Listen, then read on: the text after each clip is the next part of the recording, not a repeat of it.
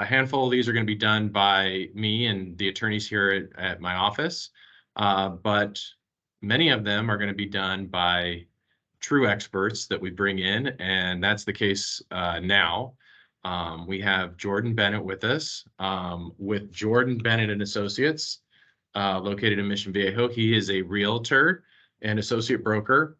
I met Jordan through my good friend Wayne Chang, who was our realtor and sold two of our homes when we moved. And then Wayne decided he was done, so he moved and sold his business to Jordan, who has continued to do just the same amazing job that Wayne has always done for us as well. So Jordan is recognized as one of the top 10 realtors in Mission Viejo and top 1% in the nation, which is amazing. And then Jordan and his team specialize in 1031 exchanges, which is what he's going to be talking about today, which is a planning tool that we often use to help clients defer their tax recognition to a later date. So I'm going to turn the time over to Jordan. We're so grateful to have him. We're grateful he took the time out to do this for us. So Jordan, thanks. Welcome. Thanks, Blaine. Thanks, Paige. Really appreciate the opportunity to talk about this specific topic. That is something I'm very passionate about. So I'm going to go ahead here and share my screen. Is it coming through? Yes, Jordan, thank you so much. Up? Yeah, it is for us. Yeah. Good. Okay. So yeah, we're going to talk a little bit today. We're going to hone in on the 1031 exchange, but we're going to talk. I'm going to start off kind of laying the groundwork of just what it looks like to build generational wealth. Using real estate as a tool. Some of the reasons that real estate, is such a great tool for accomplishing that goal. Going right to the 1031 exchange would be like talking, about Star Wars Episode 6 before watching Star Wars Episode 4 and 5. So we're going to just, dive in a little bit into real estate as an investment vehicle. I'm sure some of you possibly have considered, diversifying into real estate. Some of you may have your first real estate property. Some may already have a whole real estate portfolio, and some of this may be old news.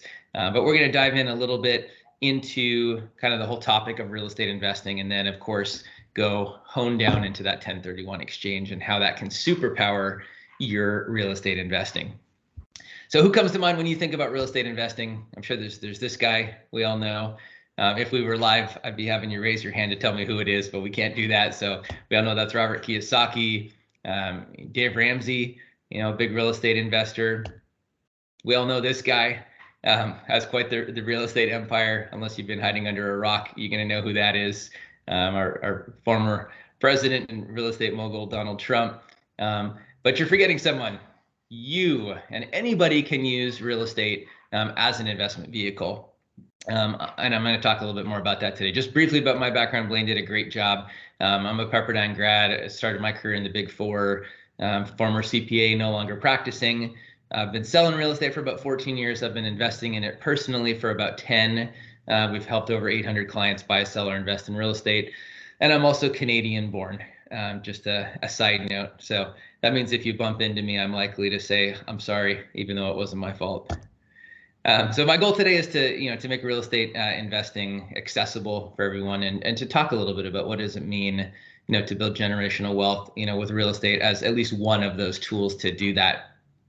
So we're going to look a little bit at, why real estate, a little bit at types of investments. We're going to dive into how you can supercharge your returns with the 1031. We'll look at some definitions, some basics, kind of the why behind the 1031.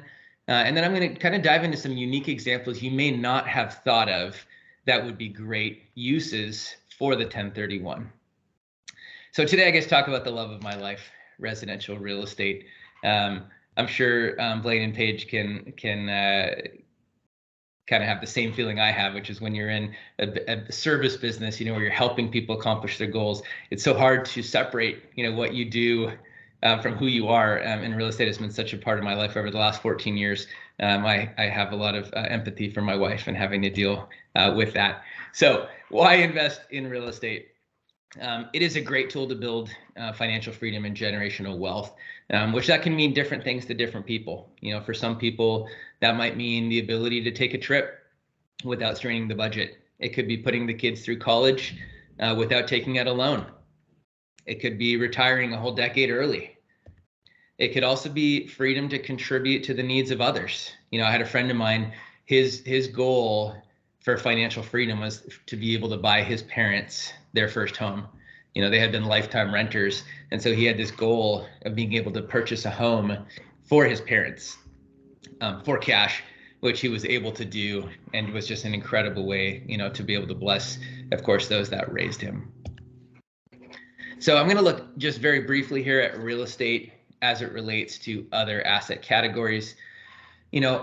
Everyone is an investor, right? If you've ever owned a stock, a bond, theoretically, even if you have $5 in the bank, you're invested in cash, right?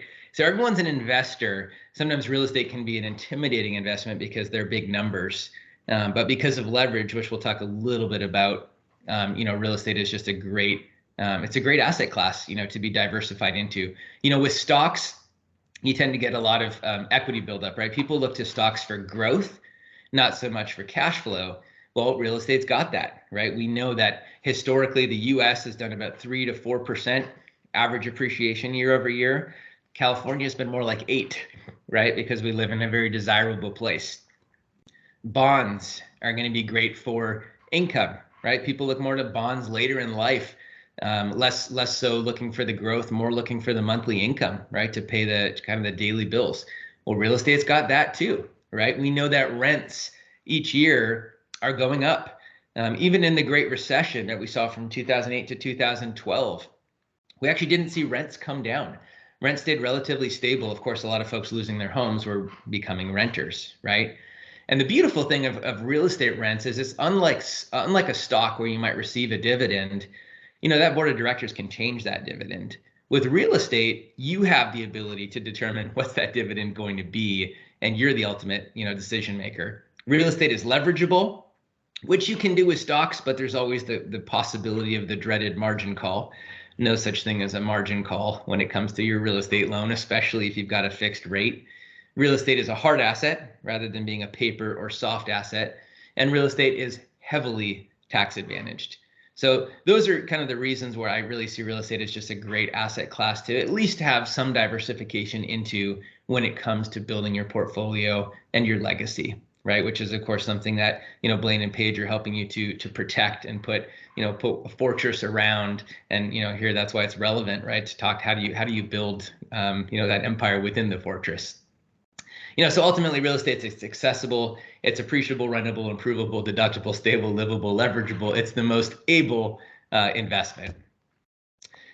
So, we've all heard of leverage. We've learned about leverage in physics class, right? Back in 8th and 9th grade, exertion of force by means of an object used in the manner of a lever, basically doing more with less. As it relates to finance, right? We're looking at ultimately using other people's money to superpower your investment potential, right? Where you can control, say, $1 million asset with only $200,000 of your own money and $800,000 of your partner's money. In many cases, this would be the bank. And the bank is an incredible partner, because if that property that you bought for $1 million, where the bank contributed 80%, if that appreciates to $1.5 million, right, 1.5, how much of that appreciation does the bank get to participate in? 0, right?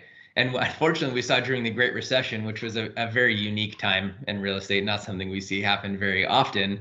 But when people were losing their homes and walking away from mortgages, it was the lender that ended up holding the bag.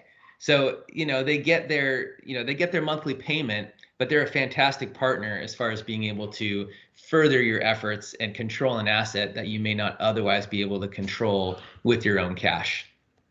So of course, there's some cons that come with leverage, right? More risk. If values drop, your capital can disappear quite quickly. That's the other edge of the sword when it comes to leverage.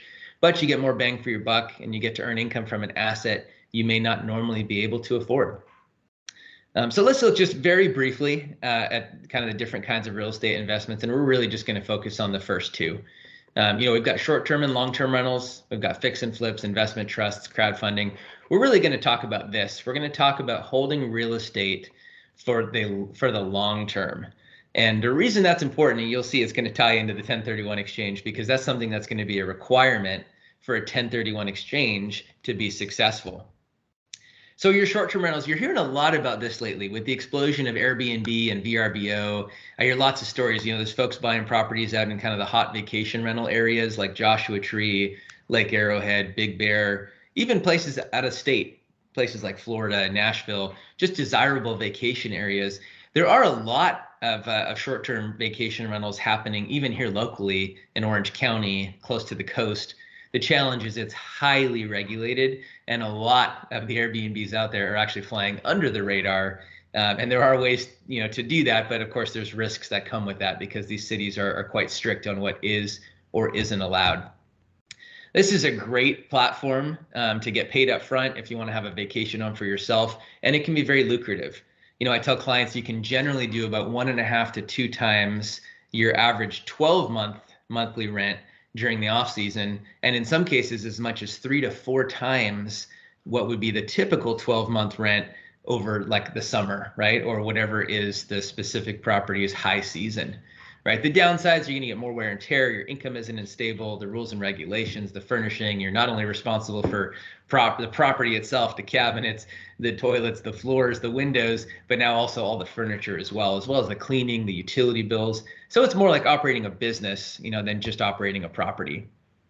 And then of course there's the long-term investor. This is where you're, a lot of times, your average long-term investor, kind of the long-term goal is to get into, multiple properties on the same, parcel. For example, you might have an investor who buys their first single-family home as an investment, then later 1031s that into a duplex, then maybe a fourplex, then maybe, an apartment building, and so on and so forth, to really centralize, the management of that asset with, of course, 12-month rentals. So, the long-term pros, you've got consistent income. You're not kind of ebbing and flowing with what the economy is doing. Generally, once you put a tenant in there for 12 months, in most cases, they're going to pay that rent for 12 months. You've got a legally binding lease, and you can do some due diligence on your tenants. That's not always possible to do on those short-term guests. Some of the cons: lower profitability, less pricing flexibility, and you can't use the home for yourself, right?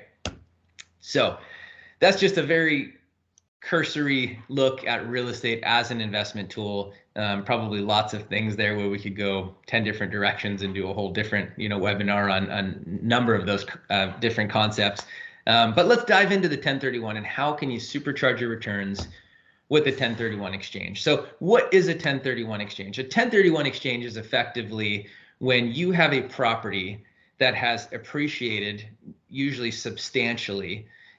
You're kind of stuck because you've got a property with all this equity, but to get that equity out, you've got to now pay tax on this long-term capital gain that has been built up while you've owned the property. So an example would be, let's say you bought a piece of property, which, believe it or not, these are realistic numbers. Let's say you bought a piece of property in 2015 even for $1 million. And today that property in 2023, just 8 years later, is worth $3 million. If you were to sell that property, you've got a $2 million capital gain, okay? So keep in mind, one of the things that, what you bought the asset for, its basis, you do get to add any improvements you've made to that asset to increase its basis, which thus decreases your capital gain. You also get to take away from the gross sales price all of your selling costs, right? So the difference between that adjusted basis and your net on the property is your capital gain. And a lot of people don't want to write that big check to Uncle Sam, right? Let's say you had a $2 million capital gain, and between state and federal, you had a 30% tax bracket. That's a $600,000 check that you get to write to the IRS. I mean, that's a big chunk of your winnings effectively going to the government. Not many people want to pay more tax, right? And so the 1031 exchange is a beautiful thing. What you're doing is you're selling that $3 million piece of property we just gave that example for, and you've got the ability to replace that property, and effectively you're selling what's called the relinquished property, and you're buying what's called the upleg property, and you're deferring the tax. And here's the rules with the 1031. We're going to look a little bit at some of the definitions. First off, you've got 45 days to identify what property is going to replace the property you sold. So if I sell a property and let's say it's closing June 30th, right? June 30th is my closing date of my relinquished property. I've got 45 days to identify the property with which I'm going to replace the relinquished property. That's my ID period, okay? Additionally, from June 30th, I've got what's called the closing period. I've got 6 months, 180 days from the date that I close on my relinquished property to successfully close escrow on my upleg property, okay? You've got to have a QI, that's a qualified intermediary. You can, this is also a 1031 facilitator is another name for this, or a 1031 exchange company, lots of different terms, right? Your QI is the person who, when that relinquished property is sold, all of the sales proceeds, all of that cash is going into the qualified intermediary's account.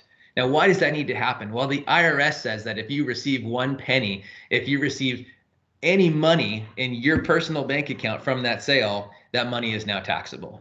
So it's got to go into that qualified intermediary account. This is not an expensive proposition. Most 1031 companies charge between $800 and $2,500 to act as that qualified intermediary on a normal 1031 exchange.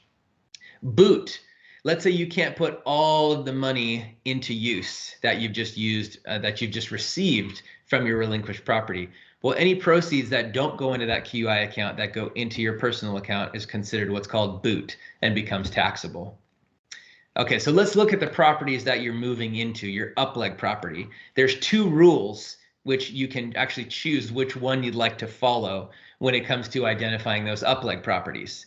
The first one is the 3 property rule. The 3 property rule says that you can identify any 3 properties that add up to, equal to, or greater than the value of what you sold. And then you can close on 1, 2, or all 3 of them, right? That add up to any value, right? So you could actually be selling a $3 million property and identify a $20 million property, but you could only identify 3 properties like that. And that form actually has to be, it's notarized. It says, hey, we made that 45-day ID period so that our 1031 can be successful. The other rule that some people choose to follow is called the 200% rule. The 200% rule says you can identify any number of properties. You could exchange 1 property and identify 20 properties that you might transact into, but those 20 properties can't exceed 200% of the value of the asset that you just sold, your relinquished property. And finally, and I know the terms are not the most exciting thing here, so we're almost there. A reverse exchange is where, you got a lot of folks right now that say, gosh, I'd love to, sell this property and 1031 exchange into something else, but you know what? There's no inventory out there. This is a seller's market. What if I fail? What if I can't find something? So some people opt to do what's called a reverse exchange. This is a little bit more convoluted. It involves a trust and some tricky maneuvering. So you definitely want to be in touch with that QI early on. But this is where you're actually purchasing your upleg property before selling what would be called your relinquished property. And that again is a whole different webinar in itself. So at the end of the day, you're selling 1 property, you're replacing it with another or multiple properties equal or greater value for it to be 100% successful and not have any boot involved within a certain period of time. And those are your basic definitions of a 1031 exchange. So to reiterate the why, you're trying to get out of a property, tap that equity, and not pay tax on that equity that you have tied up in that property. There are some other methods other than the 1031 exchange to accomplish this, but of course, again, we're focusing today specifically on the 1031 exchange. So I want to share with you some real life examples of clients either that I've interacted with personally or heard stories from a QI I work with and also other brokers that are in a similar business doing 1031 exchanges. So one reason that somebody might do a 1031 exchange would be to diversify, sometimes into other areas geographically and sometimes into different asset classes. For example, you might have somebody that's got, actually, this is a real life story. This was a fellow who had this dream all of his life of owning a trout farm. I think it was somewhere in the Midwest. And he had 3 multifamily properties actually here in Orange County. And so he actually sold all 3 of those properties. And it's the more properties that are involved, the more challenging it can be to meet the time criteria. But he sold those 3 multifamily properties, and he was actually able to 1031 exchange into this trout farm, which was this passion that he had. And the 1031 ultimately was successful. Another reason that you might want to diversify might be geographically. I'll tell you, a lot of investors are moving out of California. A lot of businesses are moving out of California. Why? It's not the most landlord friendly. It's not the most tax friendly. It's not the most business friendly state in the union. And so a lot of folks are taking their capital here in California and 1031 exchanging into other states, which you absolutely can do. You can move anywhere within the US, and I believe its territories. You can successfully perform a 1031 exchange. Here's another real life example, would be diversifying from old to new. Okay, so there was a client, he had an 8-unit property in Anaheim. The property was from the 1970s. He had a lot of upcoming capital improvements, roofs, exterior paint, termite, plumbing, electrical upgrades, things that were going to need to happen, right? Just also a lot of recurring repairs and maintenance and a lot of management, right? And so this is a client who said, you know what? I'm going to take these funds from Anaheim and I'm going to move them into a 12-unit building in Florida in an up and coming area that was almost brand new. And so for almost the same price, he got newer, which means less repairs and maintenance, less capital improvements to come. It meant actually a slightly higher return on investment. It meant that he got to get 12 units instead of 8, which is a bigger tenant mix, which is, again, lower risk. You lose, one tenant paying rent for a month or two out of 12 is a smaller fraction than 1 out of 8, right? And he's now in a state that's more landlord friendly. It's more tax advantaged. And in fact, he had later plans to actually move personally to Florida. And so now he's got basically planning ahead to have his asset close to where he was going to be personally.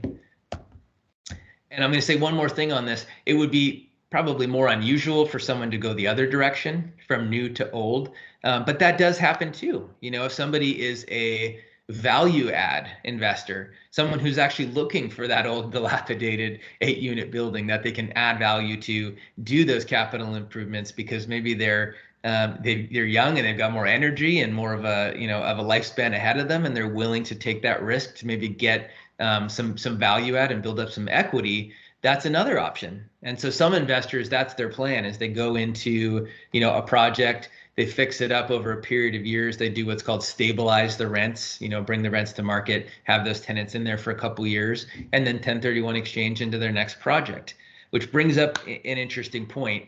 1031 exchanges do not work for flippers. You cannot be someone who's just adding value for the purpose of selling that property and then going into the next property tax-free. It doesn't quite work like that. The IRS is a little bit loosey-goosey. It's a little subjective, but the way they look at it is for a 1031 to be successful, that income property that you were purchasing, you had to have the intention of holding it for rental real estate. So do plans change? Can a case be made sometimes that, for someone going from one project to another? Yes. Most CPAs that I've spoken with have said the IRS, if you want to protect yourself, you ought to have income received, rents received for at least 3 tax returns. So if I buy a building this year in 2023, I remodel it, I bring rents to market, I better have rent on my tax returns for this year, for next year, 2024, and then for 2025. And I better not have a history of turning properties, every 2 or 3 years, because that could be something that's looked at and your 1031 could be voided, by the IRS. So that's something to consider. Here's another real life example, moving from a high risk, high reward, high management to lower risk, lower reward, lower management, or the opposite. So I had a real client. They actually became my client when they were looking out here for a property. They purchased a mobile home park in Georgia in, I think it was the early 2010, 2011, something along those lines. They bought it for $2.5 million. After about 9 years of turning around tenants, cleaning up the mobile home park, getting rents up, et cetera, plus, of course, what the market did over that decade, they ended up selling that property for $10 million or thereabouts. They were getting a 12% return on investment. Why would they sell that asset? Something they'd made all that equity. They had, the park was operating great and they were earning 12% on their money. Why would they sell it? Well, because they were 92 and 94 years old and they decided they didn't want to be mobile home park landlords anymore. And so what they did is we actually helped them purchase a medical building in Scripps Ranch area of San Diego that was a triple net. So triple net lease is where the tenant basically operates the building. They pay the insurance, they pay the property taxes, they pay the repairs and maintenance, and you literally, we call it in the industry mailbox money. You get a check at the beginning of each month and you don't have to do a thing, right? So lower return, right? 6.5% return versus 12, but way lower risk, way lower management. And so they were at that stage in their lives where it just didn't make sense to have the high risk and the high management anymore. And some people will go the opposite route, right? They'll take that triplex on the beach in Newport Beach for 5 or 6 million that's maybe earning 3%. And they'll say, you know what, I'm ready for a project. I'm going to go buy a mobile home park, right? So this can go both ways, but here's an example of something where someone's looking to kind of transition their investment mix, still stay in real estate, but just move from high risk to low risk or low risk to high risk. And finally, this is I like this one. It's really relevant, to estate planning and obviously what Blaine and Paige do for their clients, and it's legacy planning, right? So there's a story. There was a gal who had, I think she had 3 or 4 different properties. No, I apologize. It was the other way around. She had 2 properties, multifamily properties, apartment buildings, and she had 3 children.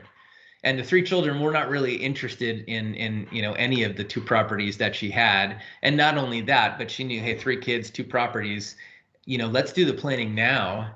And rather than having them, kind of try and figure out later what we're going to do with these 2 buildings, she actually sold those 2 buildings, 1031 exchanged prior to her passing, into a property for each one of the kids that each one of the kids actually got to speak into and have a voice, where it was something that they were attached to, something that they wanted, to manage and was relevant to their own lives. So, talk about planning ahead and making life easier, for your heirs when you're gone.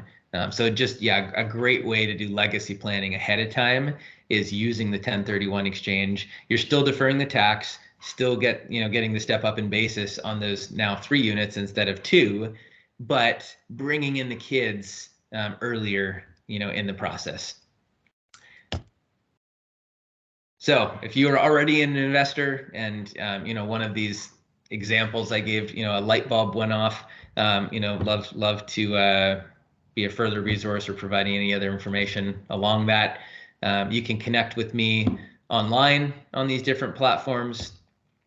You can get together with me for a Calendly, Zoom, calendly.com/Jordan Bennet for homes, or you can connect with me the good old fashioned way. There's my phone number, my email, and my website. I so appreciate the opportunity to dive a little bit, at least, take a little bit of a dive into the 1031 exchange, real estate investment. I think it's just such an incredible way, again, to diversify your portfolio, to build generational wealth, and to do something where, again, you're going to impact future generations, whether with, being generous, or just, building up something, to pass on to your kids or those close to you. Thank you so much, Blaine and Paige, for the opportunity, and love to dive into some questions if there are any. Jordan, thank you so much for taking the time to do this. One of the biggest things, I've been listening to it, and I'm somewhat familiar with 1031s. I've done a couple with clients. But the main thing that we see all the time is, you got to plan you always have to plan for these, right? And so make sure that you're in contact with your advisors, so that you can foresee, if you are looking to, make some sort of change in your portfolio or your lifestyle or however, or just life is changing in general. You have a plan in place for how you're actually going to do these things, because we get a lot of calls that are like, yeah, we're going to sell next week and we want to do a 1031. Well, that really isn't going to work all that well. So, Jordan, your picture is frozen on my. I don't know if I can still hear you or if we lost you.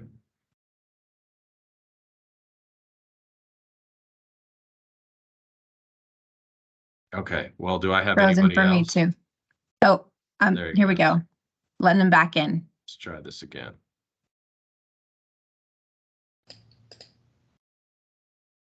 I fell off There you there. go. Yes. Okay. Your other one's still. Let's see. Oh, I can't get rid of it. So I Sorry saw your about old that. picture up there, but okay. I got dropped.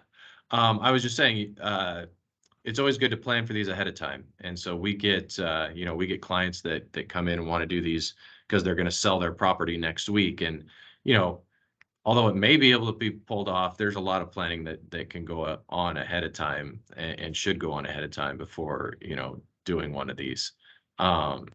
So let's see if we have, Charlotte, I'm going to have you jump on, see if we have any questions from our participants today. I don't see any questions yet. Okay. But if anyone would like to put it in the chat, we can ask Jordan the question. Blaine, can I say something real quick? Yeah, absolutely. So I think one of the most common things that I see investors and owners of real estate, they make this mistake. They say, I bought this property for $1 million and it's generating $20,000 a month, right? I'm getting net 15% on my investment. I mean, why would I ever sell this? And they're making the classic mistake that they're looking at the return on their investment rather than their return on equity. Yeah. They forget that the building's not worth $1 million. That's great. You bought it for $1 million. It is great. And it's especially great if you got a low interest rate, you got a low property tax base, and those things have to be considered too when you're thinking about doing a 1031 exchange. But if that property is now worth $3.5 million, your equity position is what you need to be calculating your return on. Yeah, it's now 5%. It's now 5%. Yeah, it's now 5% or less, right? Yeah. Yeah. Yeah. So yeah, definitely. Now, what are some of the pitfalls? Because I've also seen and never seen this with you or your team, but sometimes people will sell, they think they have a property ready, it falls through. What are some of the pitfalls that can pop up, and how do you best avoid them? Yeah, like you said, I mean, you hit the nail on the head when you said plan ahead. I mean, you don't want to make a decision. What you don't want to do is be like, yeah, I'm going to put my property on the market right now because the market's hot, which it is, and I'm going to sell it, and then I'm going to find something else. Well, what if, like you said, what if you don't find something else? I mean, here's the perfect scenario. You have to close on the up leg after you sell your relinquished property. Yeah. But that doesn't mean you actually can't have your up leg property in escrow when you put your property on the market ready to go, right? Yeah. So that's one thing that you can do is actually line them up where you literally close on the relinquished property and then 2 days later you close on your up leg. Yeah. And you've already identified it when you put your property on the market, right? And so one thing you can do there is you just negotiate a long close on the up leg in case it takes you a little bit longer to sell your relinquished property than you thought it would. Another thing you can do is if you're worried, you haven't identified it yet, you're pretty sure you'll be able to, though, you'll be able to identify that up leg property, is when you put your the property that's going to be relinquished into escrow, you negotiate with the buyer and you say, hey, I reserve the right to extend escrow by 30 days, by 60 days, by 90 days, and I'll pay for your rate lock extensions. I'll even give you $5,000 if I exercise my ability to extend. And now you've bought yourself an extra 3-4 months to identify instead of only 45 days. Yeah, that's really smart. Looks like Joe Williams has a question. He wrote one in, but he's also got his hand raised. I don't know if he wants to jump on here and talk to us in person, or I can read the question as well. But let me start with that. I'll read the question that he said. It says, with the lack of inventory, what issues are investors facing now with doing a 1031 exchange in today's market? Yeah, that's a great question. I feel like we kind of just touched on that, right? Yeah, a little bit, yeah. Is I think the risk of low inventory is you've got to have some backstops on what if this thing fails, right? Mm-hmm. And so that's where you might even, you do have the ability as a seller to say you can put in what's called a contingency of finding a replacement property. And you could say, hey, for, I've got 25 days to back out of this sale if I can't find something to buy. The downside of that is that if a buyer has to carry that uncertainty, it's usually at some discount. It's usually it's a buyer wants to know that, if they're moving forward and taking themselves off the market, that they'll be able to close. But that is, another option that you'd have as a seller is holding back some kind of loophole to get out of the deal if you can't fund a replacement. And then the other thing is that the reverse 1031. Reverse 1031s are a little bit more expensive. I think they're about 7 to 10 grand. And you basically have the ability to purchase a property using a trust, using the qualified intermediary that actually sets up a trust to buy that future property before you sell your property. So if it's really, really easy to sell a property and really, really hard to buy a property, which is kind of that market we're in now, a reverse 1031 exchange is also a good fit. Okay. One of the other things that we see with this is if you're moving inside California, being aware of the property tax that will change, even though the 1031 for the capital gains will defer those taxes. So that $1 million property that is now worth $3 million, if you decide to, switch that equity up and buy a new piece of property, you're looking at a higher property taxes rather, if you make that move inside California. Now, that's another good reason to maybe do the 1031 exchange and buy some property outside of the California and diversify a little bit there too. So there's ways to get around it. It's just one thing that we see that people don't realize sometimes is they make that exchange and then, the property taxes that they have built on, Prop 13 from the 70s that they're paying $2,000 on, now they're paying $50,000 on. So that can be a big change. That's a great point, right? I mean, if you're talking about someone who's held a property for a long time, like you said, 25, 30, 35. I mean, I had a gentleman who he had a beach cottage in Newport he bought for $25,000 in the 60s. And then we sold it for him for 1.9 million, in a weekend. And that happens, right? I mean, just tremendous appreciation. So you do have to factor in that, so that property tax change up. So it becomes more difficult actually to trade, like you said, within California, unless you're just finding a screaming deal or you're changing asset classes or something like that. Yeah, there used to be an exemption for non-residential real estate, but it's gone now since 2021. So that's a new we've been seeing a little bit of that with the 1031 exchanges. Yeah, absolutely. All right. I'm not seeing any other questions. One thing that a lot of people ask is, can you go in and out of, like, could you buy land? And you absolutely can. If the intention is to hold it, long term for the purpose of generating income, which even you can do with land, depending on the type of land, you can do that. You can go from a 4-unit building into an industrial complex, into a piece of land, into a strip mall, anything that's real estate for purposes of holding it for rental income. Yeah. And so that people don't get confused, the 1031 exchange, even though you can go from all sorts of different types of real estate, it is a real estate transaction. And they have similar ones that work semi-well for like transferring businesses, interests and things like that. But those are not the 1031 exchange, and they don't work as well as the 1031 exchange. So just so people are clear about what this is a real estate transaction. But like you said, very tax benefit powered that allows you to really take advantage of the tax code, and it's built right in. This isn't a workaround or a loophole. This is section 1031 of the tax code written right into the code. Yeah, and then there's some, and just one last thing I'll say, there's some nuances, and I always check when it's more convoluted. I always check with my 1031 facilitator and ask questions to make sure that it's going to work. But one unique thing is you might have that person who says, gosh, I've got this piece of property that is highly appreciated and it's doing just fine, but you know what, I've always wanted to have a home at the beach, and I've always wanted to have a home in the mountains. So you sell that 3 or 4 unit building, you get those 2 homes, which, by the way, you can't occupy personally. They can't be your primary residence.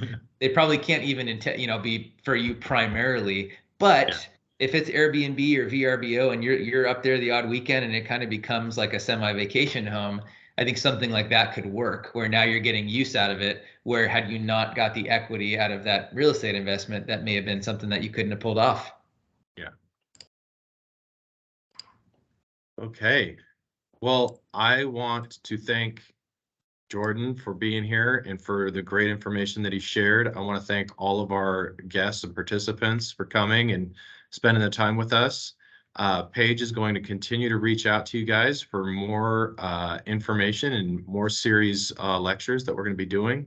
But we appreciate everyone. Thank you so much for coming. And if you guys have any questions or want to get a hold of Jordan, he gave you his information, which we will also be sending out, but you can always contact us too. We're in contact with Jordan. So if you need to get in contact with him, please reach out and we can always start looking at other planning options. And this is just one of many. So thank you again and have a great afternoon, everyone. Thanks.